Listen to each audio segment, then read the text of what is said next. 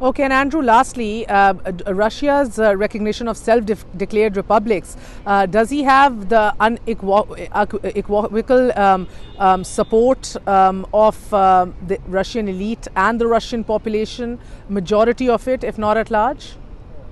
Yes, well, we see that the day that he announced the recognition, earlier that afternoon on Monday, there was a televised meeting of the Security Council, and all of the top representatives of the Russian state apparatus, security, political, military, intelligence, they all had convened and they all expressed their support for this decision. That decision, to remind everybody, was actually prompted by the Duma, which is the Russian lower house of parliament, officially requesting President Putin to recognize those republics in response to the uptick in violence over the past few weeks that Russia suspects the U.S. encouraged Ukraine to commit, to sabotage the peace process, to, as Russia suspects, create the pretext for deploying more strike weapons to Russia's borders to neutralize its nuclear second strike deterrent. President Putin does have the support of the elite. As for the population, the vast majority, according to public opinion polls, support this. In fact, as somebody who's been living in Russia for the past 8.5 years, I've been here since summer 2013. I've been here since before that crisis started. One of the most common constructive critiques of President Putin, including among many Russians I've met who love him, they voted for him, they think he's the best leader ever, is that he did not do enough for the people in eastern Ukraine, that actually for political reasons related to reaching diplomatic deals with the United States, that he did not recognize the Donbas republics. Because let's not forget, they declared independence like 7.5 years ago, almost 8 years ago. President Putin did not recognize that. And those people were still being shelled over the past 7.5, 8 years. I mean, people have continued to die there, but President Putin really remained patient. He really tried to give diplomacy a chance. He literally helped authorize the Minsk Accords, both of 2014 and 2015, for resolving the civil war. I mean, he reminded Russians of this just yesterday in a press conference he had after meeting with the Azerbaijani leader, who was his host in Moscow yesterday. And he reminded everybody, he authorized those peace agreements. He helped literally write them, but Ukraine did not implement them according to Russia. So actually, Russians are very relieved. They are very happy that this happened. They're happy it happened eventually. They wish it happened earlier. But I think they understand the context in which it happened now, which was that Russia believes there are very credible concerns of genocide occurring in eastern Ukraine. There are about 80,000 refugees from that region in Russia. They flooded in over the past week, which is what really prompted President Putin to finally do what he did. It was because of this urgent humanitarian crisis, not because of he wants to gobble up some war-torn and impoverished sliver of the Ukrainian border. It's not because of that. Actually, Donbas might even become a financial cost on Russia. So he did that regardless of the financial cost for the humanitarian reasons that he had not been doing for the past 8 years because of the diplomatic reasons and the diplomatic goals that he wanted to advance for resolving that civil war and eventually revising the European security architecture to result in true indivisible security, where one side's security is not advanced at the expense of the other. In this case, the U.S. and NATO's at the expense of Russia. So yeah, this is actually wildly popular, and many people have been waiting for this quite literally for many, many years. So that's very interesting that you point this out, Andrew, because essentially in the West, a lot of this is being seen as Russian propaganda. And they increasingly talk about how Ukraine's independence was backed by a big referendum in Ukraine, and how President Putin is essentially just reconstructing and reimagining history and giving a lecture on history and about how Ukraine was made from Russia. So all of this, I mean, it seems to be extreme lines drawn. There is no gray area over here. You say there might be no threat of a war, but then what kind of a solution are you looking at in days to come? Who is going to blink first? Okay, I wouldn't want to use the word blank because I believe if any solution happens, it would be the result of a pragmatic series of mutual compromises, and it's best not to say Hopefully. one or the other compromise too much. But in terms of what needs to happen, President Putin made that very clear yesterday. He says that Ukraine must commit to not join NATO. In his address to the Russian nation on Monday, when he recognized the Donbas Republic's independence, he spoke about how NATO is an existential security crisis to Russia, that there are actually secret NATO bases already inside of Ukraine, and it's only a matter of time before Ukraine is used to more assertively threaten Russia, including with nuclear weapons. Let's not forget the Ukrainian President Volodymyr Zelensky last Saturday, speaking at the Munich Security Conference, he very strongly hinted that his country wants to obtain a nuclear weapon. And Russia believes that Ukraine has a better chance of doing this very soon than North Korea, which already has it, or even Iran, which has been suspected of pursuing such for decades already. That's because of its Soviet legacy of science, technology, and industry, and the assistance it might receive from the U.S. and Western countries, which deny they have any such intentions, but Russia still suspects it. So the first thing is no NATO membership for Ukraine. The second thing is that Ukraine must demilitarize. In this sense, Ukraine has been flooded with a bunch of U.S. and NATO weaponry over the past 8 years, especially in the past few months, weapons that were sent on an urgent emergency basis, including Javelin anti-tank missiles and other types of arms. So Ukraine must demilitarize in this sense in order for Russia not to perceive it as a credible and latent threat to its security, potentially an existential one if it remains taken over by NATO. About that point, President Putin had actually said during his speech on Monday, which I strongly encourage everybody to read on the Kremlin website. It's in English if they haven't watched it in full. He said that Ukraine has been taken control over by the United States and NATO, that it is actually a puppet colony. It's not independent. It's being completely exploited. So if we look at this, what President Putin basically wants is to restore Ukrainian sovereignty through the removal of America and NATO's hegemonic influence over the country, demilitarize the country in the sense that it can no longer pose a threat to Russia, its citizens, ethnic Russians, or Russian speakers. Not might, but what could happen, most realistically, is that Ukraine does not join NATO. It might not officially say it doesn't want to join, but one way or another, it'll either pull out of the commitment or it'll be indefinitely delayed. That can temporarily de-escalate the situation. Secondly, although they still have all these U.S. and Western arms, U.S. and Western advisors and instructors, they actually left Ukraine in recent weeks. That was a positive sign, though their weapons are still there, which is troubling. As for Crimea and Sevastopol, I do not anticipate the present Ukrainian government acknowledging the legitimacy of those referendums. That said, they are incapable of conquering those regions. So that's, again, a frozen conflict. Regarding Donbas, it might realistically remain a frozen conflict. I don't see the present Ukrainian government negotiating with the republics. Even if they try to negotiate, it won't be in good faith, as we see with the Minsk Accord. So long story short, I'm not expecting a solution, actually. The U.S. shows no such desire, and the U.S., according to Russia, controls Ukraine. So Ukraine is more an object of international relations than an independent subject in its own right. So I see a perpetuation and continuation of these tensions. I see frozen conflicts.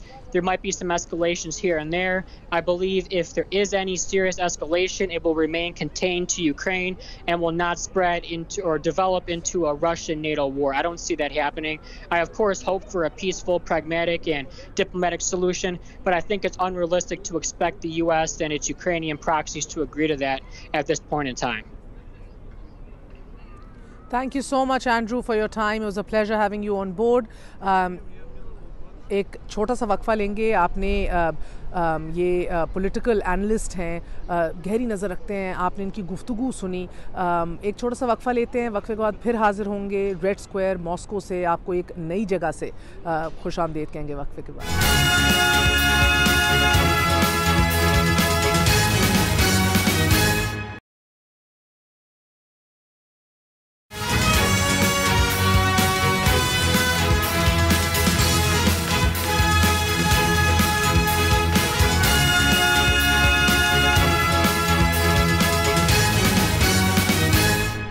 हम महर बुखारी के साथ Moscow Russia से report कर रही हूँ मैं महर बुखारी। आप देख रहे हैं कि पूरी दुनिया जो है वो सैंक्शंस लगा रही है मॉस्को के ऊपर। उनकी फाइनेंशियल वेस्टर्न फाइनेंशियल मार्केट्स तक रसाई जो है उसको लिमिट कर दिया है। रशियन फॉरेन डेट जो है उसके ऊपर कदगन लगा दी है। इधर की अशराफिया और एलीट जो है उनके ऊपर सैंक्शंस लग रही हैं। लेकिन इसके बावजूद आम जो रशियन है वो इन सब चीज़ों से, सब सियासत से लाताल्लुक दिखाई दे रहा है। पिछले 48 घंटों में यकसर जो है हमारी खबरें, हमारे न्यूज़ बुलेटिन्स जो हैं वो तब्दील हो गए हैं। दुनिया ये कह रही है कि रशियन प्रेसिडेंट व्लादिमीर पुतिन जो हैं वो एक एग्रेसर का रूप धार चुके हैं और दुनिया भर की डिप्लोमेसी जो है वो कोई काम नहीं आई, बल्कि उनका जो स्टांस है या उनका जो एक मौक़िफ़ है उसके अंदर सख्ती आती चली गई है। तवातर से सख्ती दिखाई दे रही है। कोई लचक जिसकी उम्मीद कर रहे थे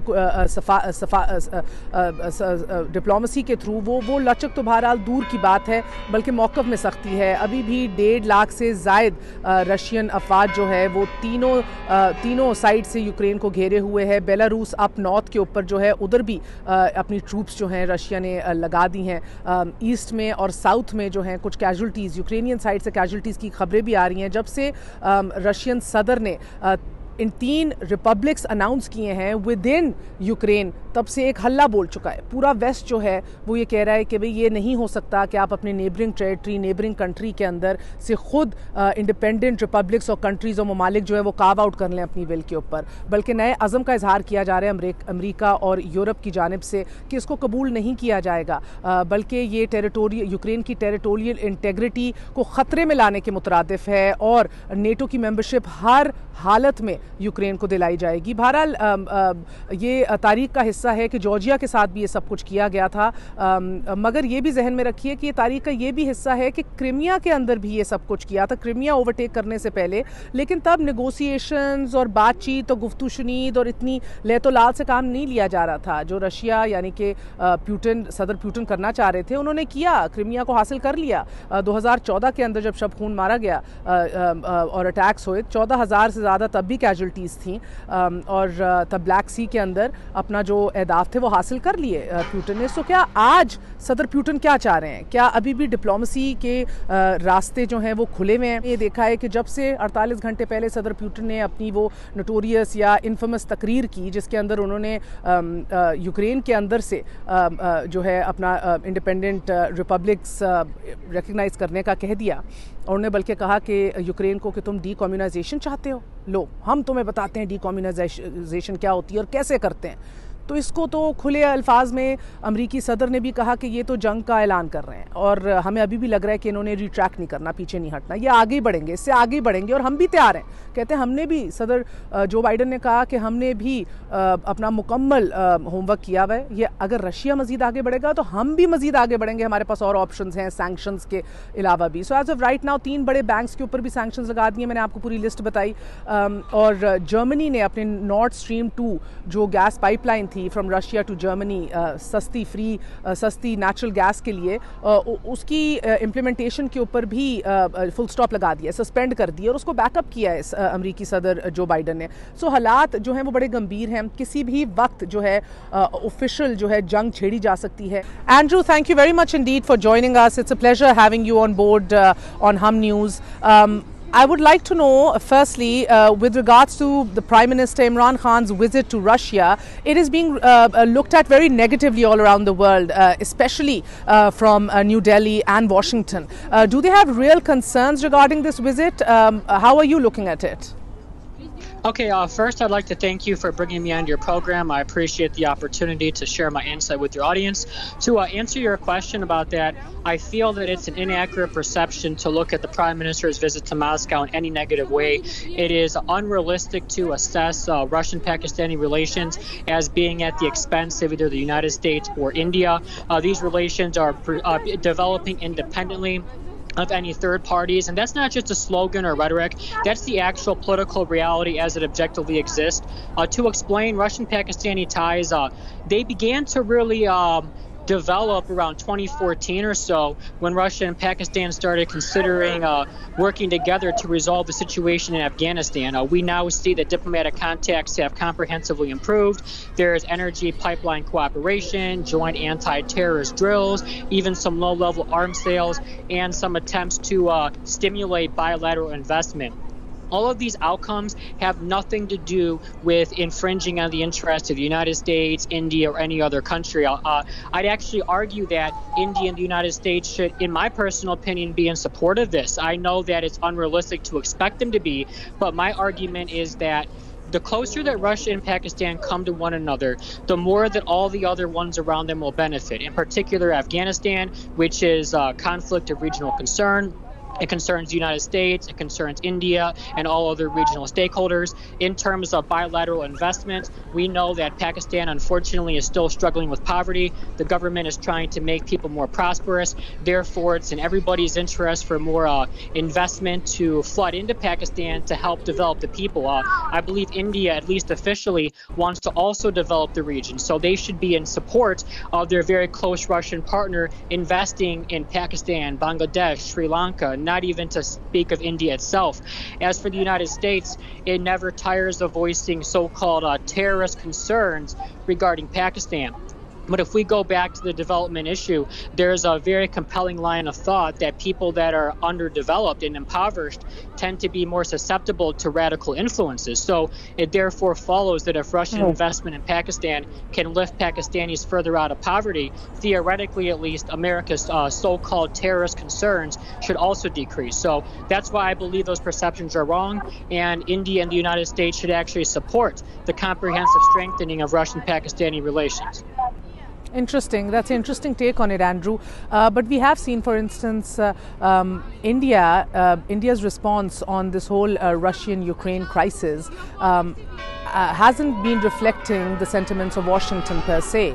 So India, with every third party that it goes in with an alliance with, or an understanding with, or has better relations with, that doesn't seem to affect its relationship with Russia, even with the Quad countries we've seen, even with the Quad.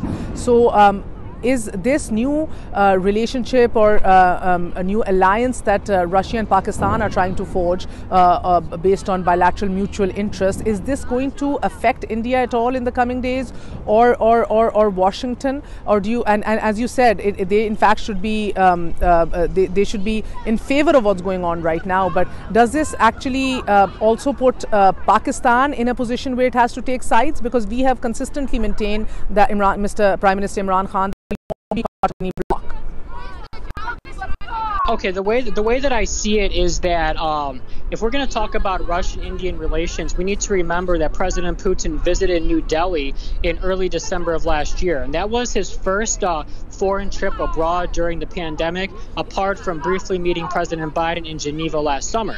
During the time, Russia and India agreed to a 99-paragraph joint statement that's about 6,300 words. To put that in context, that's 1,000 words longer than the Russian-Chinese strategic partnership agreement that was reached earlier this month in Beijing. That's not to say that one relationship is more important than the other, just to raise awareness of how important India is to Russia.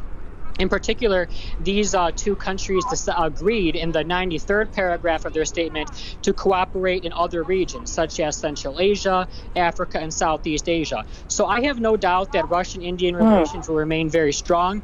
Russia also went through with the S-400 deal with India, despite U.S. sanctions threats. That speaks to India's strategic autonomy, despite its close ties with the United States.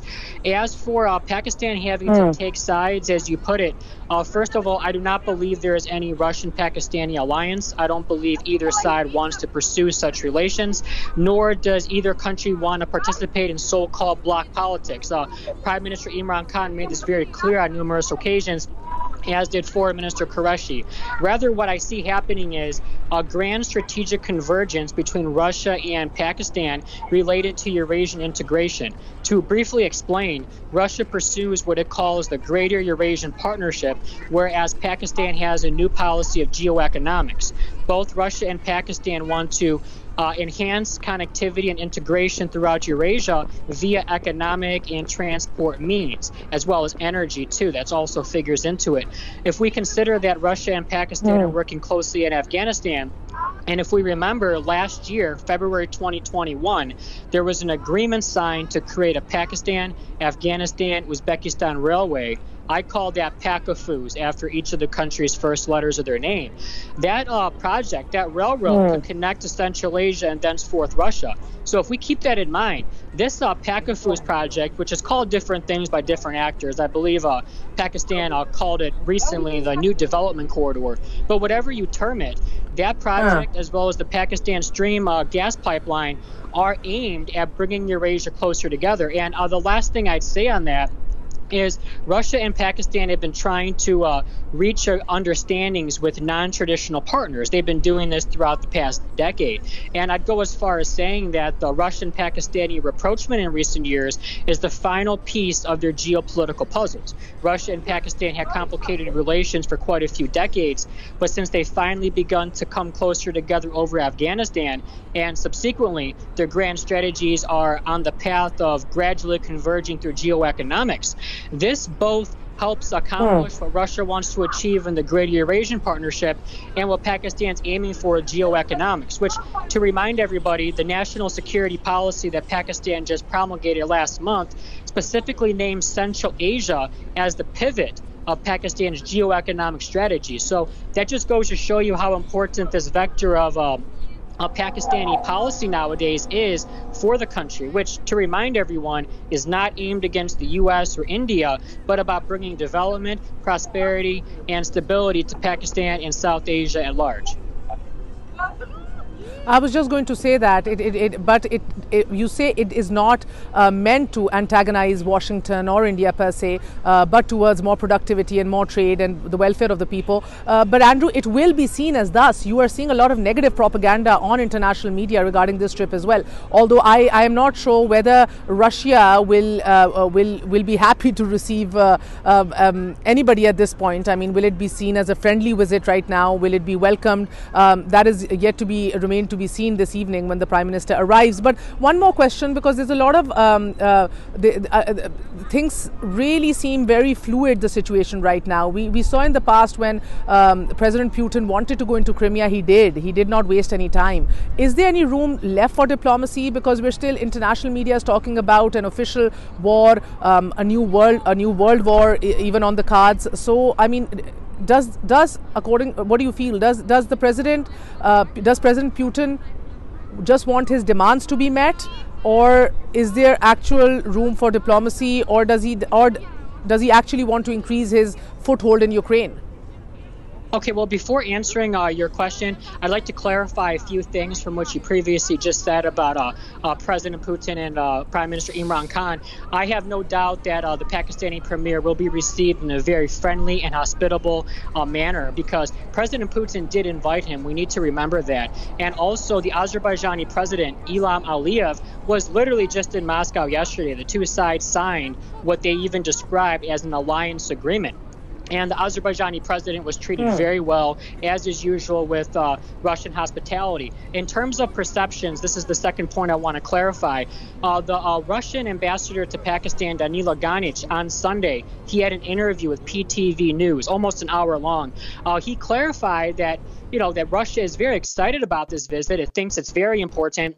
And he even described Prime Minister Imran Khan as the leader of, in his words, a great country, a great nation. So this shows how excited the Russian president is in order to receive his Pakistani counterpart. In terms of perceptions now, you mentioned how it will be seen. I believe you used the word propagandists or saying this and that.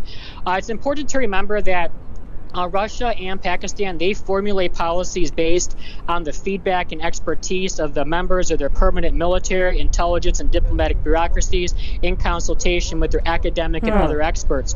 This propaganda narrative about the timing of Prime Minister Imran Khan's trip and this and that, I do believe it's purely information warfare being waged against Russia and or Pakistan, depending upon who is the one saying which narrative. Now, to address the question that you asked about what happens next in diplomacy, I'm not sure how much time we have, so I'll be extremely brief. This is not so much a Russian-Ukrainian territorial crisis as it is a Russian-U.S. missile crisis. Russia believes that the U.S.'s deployment of strike weapons near its borders, expansion of NATO, and abrogation of arms control pacts over the past few years, even decades rather, has created a situation where Russia's nuclear second strike deterrent is at risk of being neutralized. For those very reasons, because Ukraine is the center of attention here, and Russia suspects the U.S. will use the pretext of defending Ukraine because of the Ukrainian civil war to deploy more strike missiles, including potentially hypersonic ones. President Putin warned about that officially on December 21st at a meeting with the expanded meeting with the Defense Ministry Board. He decided to take decisive action to avert a humanitarian catastrophe in eastern Ukraine. Russia regards Kiev's attacks against the Russian-speaking population there, which has been indigenous for centuries, as genocide. Regardless of whether or not observers give credence to those claims, those are the variables upon which, the factors upon which President Putin is operating. The larger grand strategic goal of recognizing the Donbas republics, apart from averting humanitarian catastrophe and deterring another offensive by the Ukrainian authorities, is, I believe, to draw more attention to Russia's security guarantee request. Russia made these requests in late December. They were published. The world could read them. Russia is unsatisfied with the U.S. and NATO's response. Therefore, Russia had previously warned it would take military technical measures to ensure the security of its national security red lines. We see that with Ukraine. To simplify, it was for humanitarian reasons, but it's in the context of the U.S.-Russian missile crisis, and Russia hopes that its decisive move can change the game in Ukraine, hopefully lead to the creation of a new political format for resolving the crisis. The Minsk agreements no longer seem to be recognized, or rather not being implemented by Ukraine. And Russia hopes that altogether a package deal for revising the European security architecture can eventually be agreed to. But having said that, I'm pessimistic about the U.S.'s goodwill in negotiating. They thus far have squandered the possibility of reaching a pragmatic series of compromises with Russia. They don't seem too interested in respecting Russia's main red lines, in particular not expanding NATO, removing strike weapons from Russia's border, and returning to the continental military status quo of the 1997 Russian-NATO Founding Act. So altogether, I do not believe there's going to be a World War III or anything like that. I don't think those are really credible scenarios. I believe tensions will be contained and managed, even if there is an uptick in violence in Ukraine. But I hope that the U.S. and NATO will take Russia's security concerns more seriously and in the long term reach some type of pragmatic series of compromises for resolving this unprecedented security crisis in the West right now.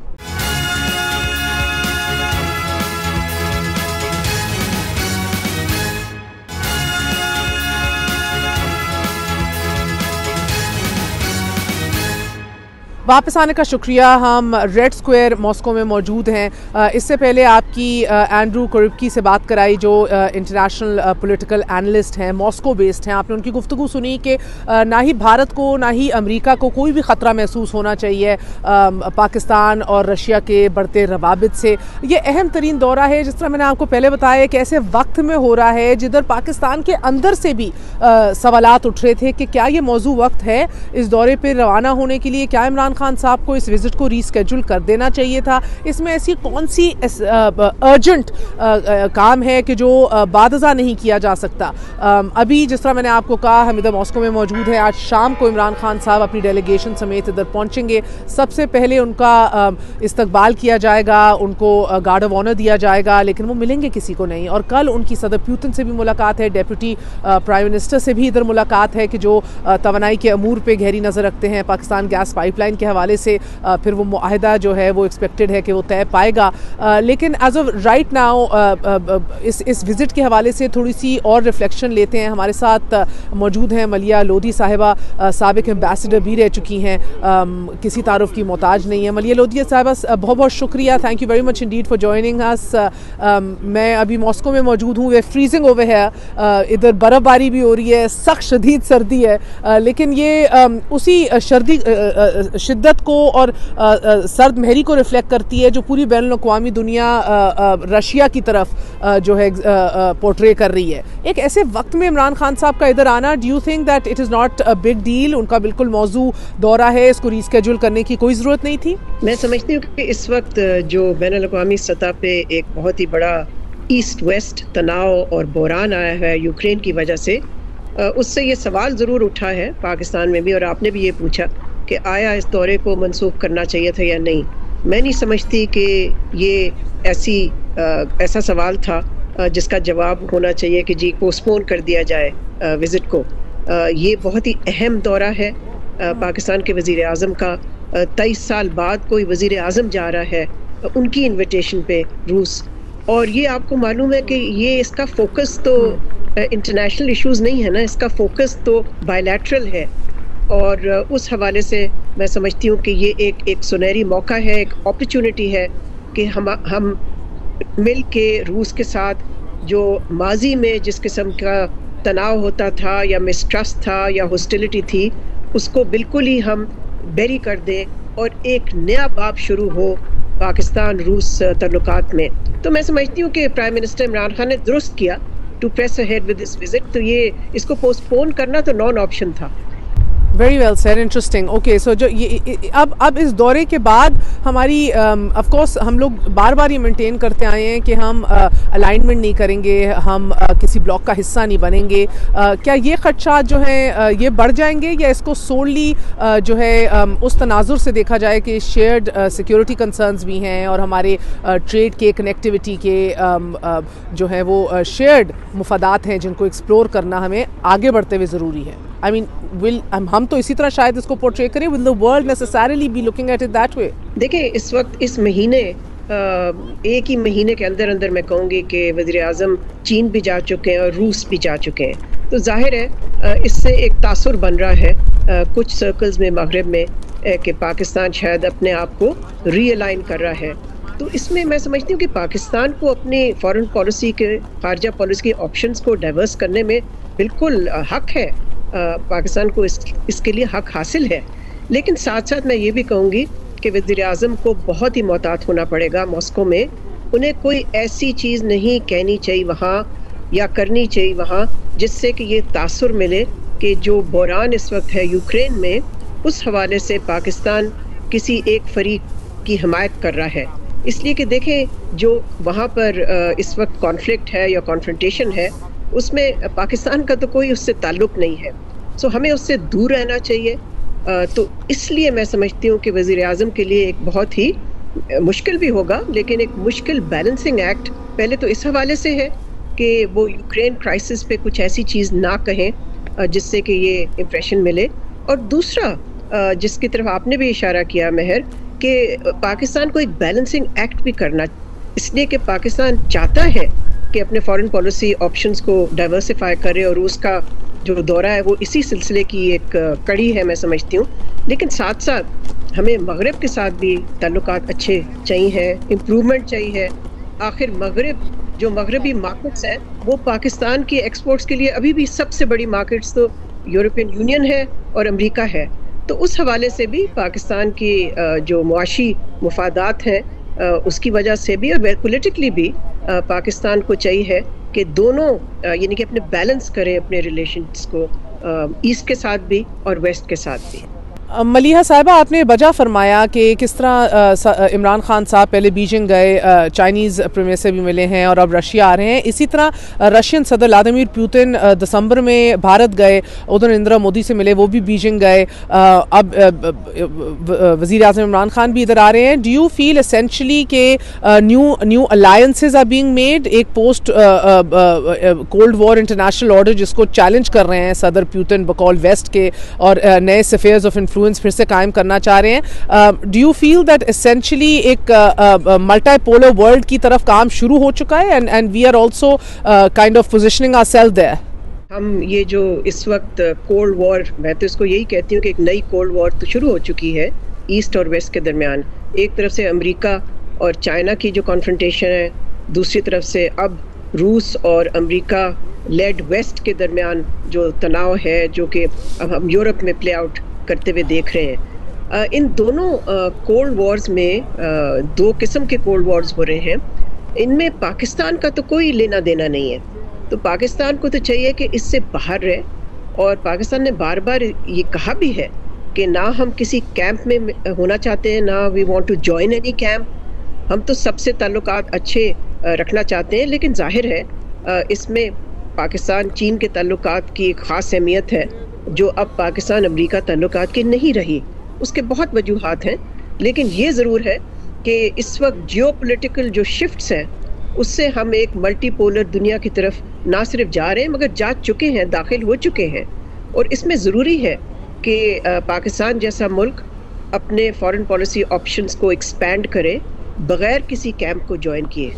बेहतर, और ऐसा ही हो रहा है। आज शाम गए जब वज़ीर आज़म पहुँचेंगे मलिया लोधी साहिबा, कल की उनकी एक अहम नशिस्तें हैं बैक टू बैक, उसके बाद वो वापस रवाना हो जाएंगे। It's a very quick trip but very symbolic, बहुत अहमियत का हामिल है जिस तरह आपने ये फरमाया। उनके साथ उनके वज़रा भी आ रहे हैं, कल वो एक अहम तरीन इंटरव्यू भी इधर देने वाले हैं। और आपने जिस तरह वजह फरमाया कि he has to be very careful in his choice of words कि कोई ऐसी पोजिशनिंग या यूक्रेन के हवाले से वो कोई बात ना करें। अभी हाल ही के अंदर क्विकली आपकी इस पे चाहूँगी रोशनी डालें, क्योंकि आपने कहा कि हमें अब एक्सपैंड करने होंगे अपने फॉरेन पॉलिसी ऑप्शंस।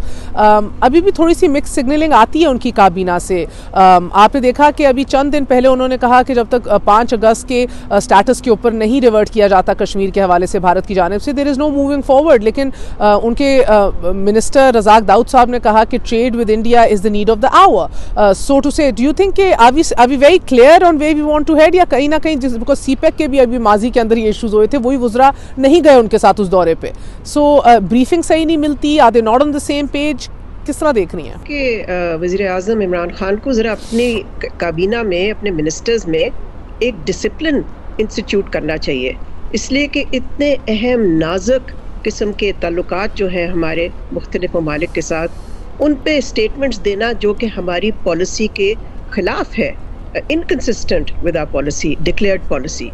तो इससे बल्कि कन्फ्यूजन पैदा होती है ना सिर्फ पाकिस्तान में मगर वहाँ पर भी जिन मुल्कों के बारे में ये बातें की जा रही हैं। तो ये तो मेरा ख्याल है कि ये एक लीडर पे होता है कि वो अपनी कैबिनेट को इंश्योर करे कि they speak from the same script and they sing from the same sheet of music.